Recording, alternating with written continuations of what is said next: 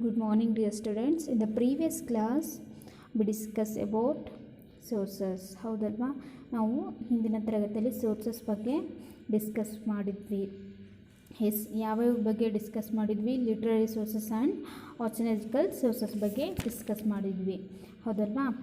Today in this class discuss about India as introduced by Europeans. ಅದರಲ್ಲಿ ನಾವು how the Europeans introducing our Indian history. ಹೌದಲ್ವಾ? ಯಾವ ರೀತಿಯಾಗಿ ನಮ್ಮ ಒಂದು ಇಂಡಿಯಾದ ಇತಿಹಾಸವನ್ನು ಯುರೋಪಿಯನ್ನರು ನಮಗೆ ಪರಿಚಯಿಸ್ತಾರೆ ಅನ್ನೋದ್ರ ಬಗ್ಗೆ ನಾವಿಲ್ಲಿ ನೋಡ್ತಾ ಹೋಗೋಣ. ಆಯಿತಾ?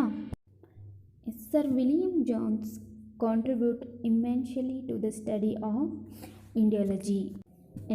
ಭಾರತದ ಈ ಒಂದು ಇಂಡಿಯಾಲಜಿ ಅಂದರೆ ಭಾರತಶಾಸ್ತ್ರವನ್ನು ಅಧ್ಯಯನ ಮಾಡಲಿಕ್ಕೆ ಪ್ರಪ್ರಥಮವಾಗಿ ಬಂದಂಥ ಒಬ್ಬ ಯುರೋಪಿಯನ್ ಅಧಿಕಾರಿ ಯಾರಪ್ಪ ಅಂದರೆ ಸರ್ ವಿಲಿಯಂ ಜಾನ್ಸನ್ ಅವರು.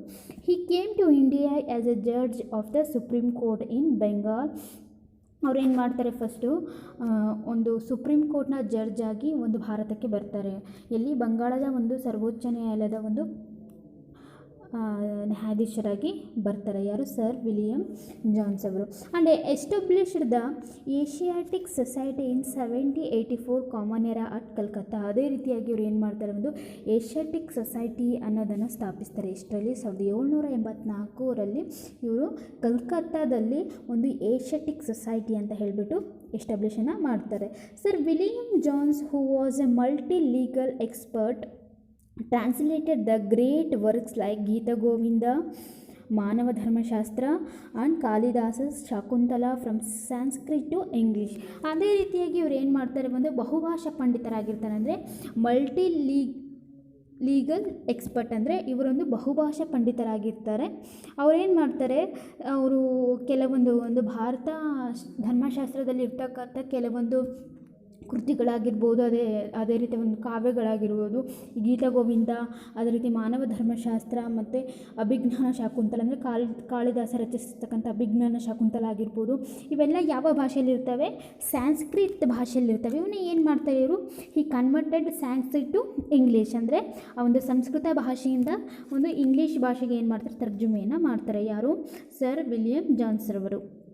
Another prominent Orientalist and Indiologist was Max Muller. He was a German scholar who wrote an English work, Sacred Book of the East, in 50 volumes. Another prominent and Orientalist and Indiologist was Max Muller. ಮತ್ತೊಬ್ಬ ಮಹಾನ್ ಪೌರತ್ವವಾದಿಯಾಗಿರ್ಬೋದು ಮತ್ತು ಒಬ್ಬ ಭಾರತೀಯ ಒಂದು ಇತಿಹಾಸಜ್ಞ ಅಂತ ಹೇಳ್ಬೋದು. ಇವನ್ನ ಯಾರನ್ನ? ಮ್ಯಾಕ್ಸ್ ಮುಲ್ಲರನ್ನು. ಈ was a German scholar who wrote an English work. ಅವನೊಬ್ಬ ಜರ್ಮನ್ ದೇಶದವನಾಗಿರ್ತಾನೆ. ಯಾರು? ಮ್ಯಾಕ್ಸ್ ಮುಲ್ಲರ್ ಅನ್ನೋನು. ಅದೇ ರೀತಿಯಾಗಿ ಇವನು secret book of the East ಎನ್ನುವ ಒಂದು ಬುಕ್ಕನ್ನು ಏನು ಮಾಡ್ತಾನೆ, ಒಂದು ಇಂಗ್ಲೀಷ್ ಭಾಷೆಯಲ್ಲೇ ಬರೆದಿರ್ತಾನೆ. ಅದು ಎಷ್ಟು ಸಂಪುಟವನ್ನು ಒಳಗೊಂಡಿರುತ್ತೆ? 50 ವ್ಯಾಲ್ಯೂಮ್ಸನ್ನು ಇದು ಒಳಗೊಂಡಿರುತ್ತೆ. ಅದು ಈ ಸೀಕ್ರೆಟ್ ಆಫ್ ದ ಈಸ್ಟ್ ಎನ್ನುವ ಬುಕ್ ಯಾರು ಬರೆದಿರ್ತಾರೆ? Max Muller ಬರೆದಿರ್ತಾನೆ. ಅದೇ ರೀತಿಯಾಗಿ ಒಬ್ಬ ಐಡಿಯಾಲಜಿಸ್ಟ್ ಅಂದರೆ James mill, historian from Scotland, wrote a history of India in 6 volumes. ಅಂದರೆ ಮತ್ತೋರ್ವ ಇತಿಹಾಸಜ್ಞ ಅಂತ ಹೇಳ್ಬೋದು. ಯಾರನ್ನ? ಜೇಮ್ಸ್ ಮಿಲ್ಲನ್ನು. ಇವನೇನು ಮಾಡ್ತಾನೆ, ಇವನೊಬ್ಬ ಇತಿಹಾಸಜ್ಞ ಆಗಿರ್ತಾನೆ. ಯಾವ ದೇಶದವನಾಗಿರ್ತಾನೆ? ಸ್ಕಾಟ್ಲ್ಯಾಂಡಿನವನಾಗಿರ್ತಾನೆ. ಅದೇ ರೀತಿಯಾಗಿ ಇವನು ಹಿಸ್ಟ್ರಿ ಆಫ್ ಇಂಡಿಯಾ ಅಂತಕ್ಕಂಥ ಒಂದು ಬುಕ್ಕನ್ನು ಬರೀತಾನೆ. ಅದು ಎಷ್ಟು ಸಂಪುಟಗಳನ್ನು ಒಳಗೊಂಡಿರುತ್ತೆ ಅಂದರೆ 6 ಸಂಪುಟಗಳನ್ನು ಇದು ಒಳಗೊಂಡಿರುತ್ತೆ. But this scholars never visit India. But ಈ ಮ್ಯಾಕ್ಸ್ ಮುಲ್ಲರ್ ಆಗಿರ್ಬೋದು ಮತ್ತು ಯಾರು ಜೇಮ್ಸ್ ಮಿಲ್ ಆಗಿರ್ಬೋದು, ಇವರು ಯಾರೂ ಕೂಡ ಇಂಡಿಯಾಕ್ಕೆ ವಿಸಿಟ್ ಮಾಡಿರಲ್ಲ, ಇಂಡಿಯಾವನ್ನು ನೋಡಿರಲ್ಲ. Abbe Dubois, a French missionary arrive and settled at Ganjam near Srirangapatna. ಅಂದರೆ ಅಬೆ ಡುಬಾಸ್ ಅಂತಕ್ಕಂಥ ಒಬ್ಬ ಫ್ರೆಂಚ್ ಮಿಷನರಿ ಏನು ಮಾಡ್ತಾನೆ, ಇವನು ಭಾರತದ ಒಂದು ಶ್ರೀರಂಗಪಟ್ಟಣದಲ್ಲಿ ಏನು ಮಾಡ್ತಾನೆ, ಶ್ರೀರಂಗಪಟ್ಟಣದ ಒಂದು ನಿಯರ್ ಆಗಿರ್ತಕ್ಕಂಥ ಗಾಂಜಮ್ ಎಂಬ ಪ್ರದೇಶದಲ್ಲಿ ಇವನು ವಾಸವಾಗಿರ್ತಾನೆ. He lived as a sage by adopting the local culture and customs.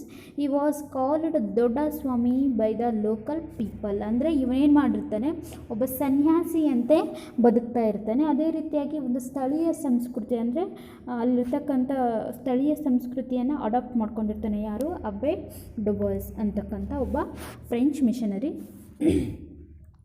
He called Dodda Swami by the local people. ಅಲ್ಲಿರ್ತಕ್ಕಂಥ ಲೋಕಲ್ ಪೀಪಲ್ ಅಂದರೆ ಸ್ಥಳೀಯರನ್ನ ಏನಂತ ಕರೀತಿರ್ತಾರೆ ಅಂದರೆ ದೊಡ್ಡ ಸ್ವಾಮಿ ಅಂತ ಹೇಳಿಬಿಟ್ಟು ಕರೀತಿರ್ತಾರೆ. ಯಾರನ್ನ? ಅಬ್ಬೆ ಡುಬಾಯ್ಸ್ ಅವ್ರನ್ನ. He wrote Hindu manners, customs and ceremony. ಅಂದರೆ ಇವನ ಕೃತಿಗಳು ಯಾವ್ಯಾವಪ್ಪ ಅಂದರೆ ಹಿಂದೂ ಮ್ಯಾನರ್ಸ್ ಮತ್ತು ಕಸ್ಟಮ್ಸ್ ಆ್ಯಂಡ್ ಸೆರೆಮನೀಸ್ ಎಂಬ ಕೃತಿಗಳನ್ನು ಇವನು ಬರೀತಾನೆ. He has a presented Indian custom, values, thoughts, festivals and varnashrama system in his work. ಅಂದರೆ ಆ ಒಂದು ಬುಕ್ಕಲ್ಲಿ ಇವನು ಏನನ್ನು ಇದು ಎದರ ಬಗ್ಗೆ ಬರ್ತಿರ್ತಾನೆ ಅಂದರೆ ಇಂಡಿಯನ್ ಕಲ್ಚರ್ ಬಗ್ಗೆ ಬರೆದಿರ್ತಾನೆ. ಅಂದರೆ ಅವರ ಕಸ್ಟಮ್ಸ್ ಆಗಿರ್ಬೋದು, ಅವರ ಮೌಲ್ಯಗಳಾಗಿರ್ಬೋದು, ಅವರ ಥಾಟ್ಸ್ ಚಿಂತನೆಗಳಾಗಿರ್ಬೋದು, ಮತ್ತು ಹಿಂದೂಗಳ ಆಚಾರ ವಿಚಾರಗಳಾಗಿರ್ಬೋದು, ಅವರ ಫೆಸ್ಟಿವಲ್ಸ್ ಆಗಿರ್ಬೋದು, ಮತ್ತು ಹಿಂದೂ ಧರ್ಮದಲ್ಲಿ ಬರ್ತಕ್ಕಂಥ ವರ್ಣಾಶ್ರಮಗಳ ಬಗ್ಗೆ ಆಗಿರ್ಬೋದು, ಇವೆಲ್ಲವೂ ಕೂಡ ಆ ಒಂದು ಕೃತಿಗಳಲ್ಲಿ ಅಡಕವಾಗಿರ್ತವೆ. Yes, Abbe Dubois lived here for 24 years and return to France. ಅವನೇನು ಮಾಡ್ತಾನೆ, 24 ವರ್ಷಗಳ ಕಾಲ ಏನು ಮಾಡ್ತಾನೆ, ಇಲ್ಲಿಯೇ ವಾಸಿಸ್ಬಿಟ್ಟು ಅನಂತರ ಏನು ಮಾಡ್ತಾನೆ, ಫ್ರಾನ್ಸ್ಗೆ ಹೋಗ್ತಾನೆ. ಯಾರು? Abbe Dubois. Yes, apart from this Elphinstone, Colebrooke, Cunningham, Elliot and Dowson etc. Yes, these are all Europeans introducing the different stages of Indian history. ಅವ್ರು ಏನು ಮಾಡ್ತಾರೆ, ಒಂದು ಭಾರತೀಯ ಚರಿತ್ರೆಯ ವಿವಿಧ ಘಟ್ಟಗಳನ್ನು ಏನು ಮಾಡ್ತಾರೆ, ಪರಿಚಯಿಸ್ತಾರೆ. ಯಾರಾಗಿರ್ಬೋದು? ಎಲ್ಫಿನ್ಸ್ಟನ್, ಕೋಲ್ಬ್ರೂಕ್, ಕನ್ನಿಂಗ್ಹ್ಯಾಮ್ ಮತ್ತು ಇಲಿಯಟ್ ಮತ್ತು ಅದೇ ರೀತಿಯಾಗಿ ಡಾಸನ್ ಎನ್ನುವರು ಏನು ಮಾಡ್ತಾರೆ, ಒಂದು ಭಾರತದ ಚರಿತ್ರೆಯ ವಿವಿಧ ಘಟ್ಟಗಳನ್ನು ಪರಿಚಯ ಪಡಿಸ್ತಾರೆ. Francis Buchanan, colonel Wilks, Mackenzie, B.L. Rice and Fleet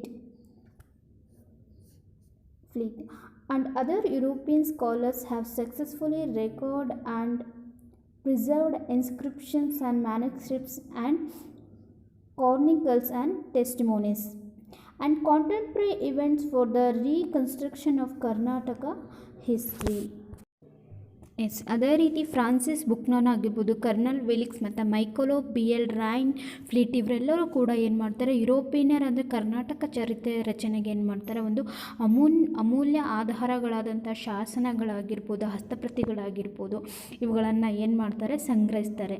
ಅದೇ ರೀತಿ ಸಮಕಾಲೀನ ಸಂಗತಿಗಳನ್ನು ದಾಖಲಿಸುವಲ್ಲಿ ಅಂದರೆ ರೆಕಾರ್ಡ್ ಮಾಡುವಲ್ಲಿ ಇವರು ಒಂದು ಸಕ್ಸಸ್ಫುಲಿ ಕಾಣ್ತಾರೆ. ಯಾರು?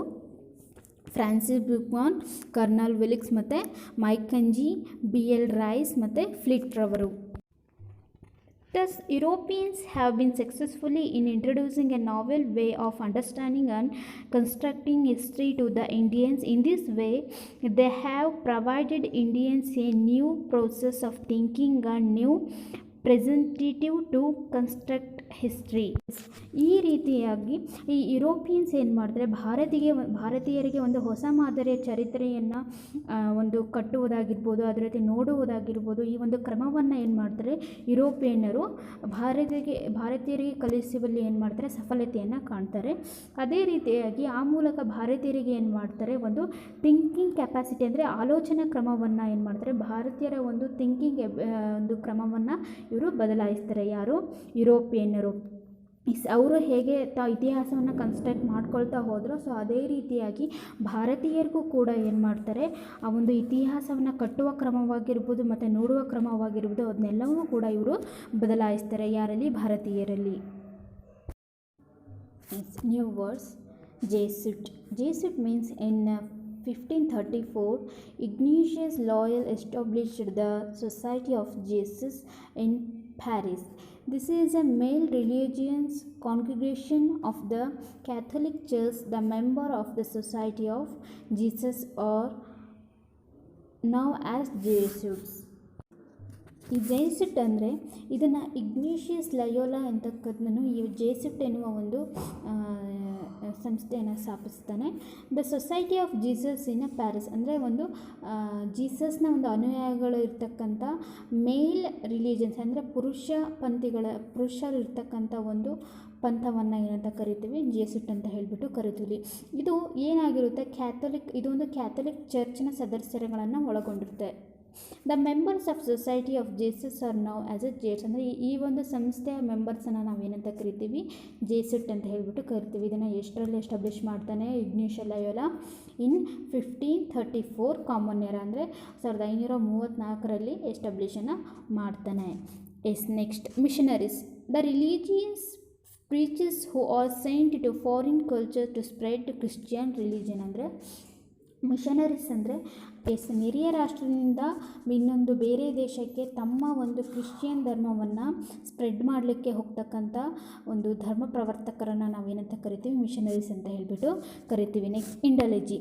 The branch of knowledge science with study the culture and history of India ಅಂದರೆ ಇದು ಒಂದು ಜ್ಞಾನದ ಒಂದು ಬ್ರ್ಯಾಂಚ್ ಆಗಿರ್ತದೆ ಇಂಡಿಯಾಲಜಿ ಅಂತಕ್ಕಂಥದ್ದು. ಅದೇ ರೀತಿಯಾಗಿ science we study the culture and history of India ಅಂದರೆ ನಮ್ಮ ಒಂದು ಇದನ್ನು ಭಾರತೀಯ ಶಾಸ್ತ್ರ ಅಂತ ಹೇಳಿಬಿಟ್ಟು ಕೂಡ ಕರಿತೀವಿ. ಭಾರತದಲ್ಲಿರ್ತಕ್ಕಂಥ ಸಂಸ್ಕೃತಿ ಮತ್ತು ಪರಂಪರೆಯನ್ನು ಕಲಿಯುವಂಥ ಶಾಸ್ತ್ರವನ್ನು ನಾವೇನಂತ ಕರಿತೀವಿ, ಇಂಡಿಯಾಲಜಿ ಅಂತ ಹೇಳಿಬಿಟ್ಟು ಕರಿತೀವಿ. ಓರಿಯೆಂಟಲಿಸ್ಟ್ ಮೀನ್ಸ್ ಪೌರತ್ವವಾದಿಗಳು. The European scholars who are interested in the history, culture and spirituality of the eastern countries ಅಂದರೆ ಯುರೋಪಿಯನ್ಸ್ ಏನು ಮಾಡ್ತಾರೆ, ಈ ಒಂದು ಪೂರ್ವ ದೇಶಗಳಾಗಿರ್ತಕ್ಕಂಥ ಅಲ್ಲಿರ್ತಕ್ಕಂಥ ಕಸ್ಟಮ್ಸ್ ಆಗಿರ್ಬೋದು, ಅಲ್ಲಿರ್ತಕ್ಕಂಥ ಕಲ್ಚರ್ ಬಗ್ಗೆ ಆಗಿರ್ಬೋದು, ಅಲ್ಲಿರ್ತಕ್ಕಂಥ ಪರಂಪರೆ ಬಗ್ಗೆ ಒಂದು ಸ್ಟಡಿಯನ್ನು ಮಾಡ್ತಕ್ಕಂಥದ್ದನ್ನ ನಾವೇನಂತ ಕರಿತೀವಿ, ಓರಿಯೆಂಟಲಿಸ್ಟ್ ಅಂದರೆ ಪೌರತ್ವವಾದಿಗಳು ಅಂತ ಹೇಳಿಬಿಟ್ಟು ಕರಿತೀವಿ.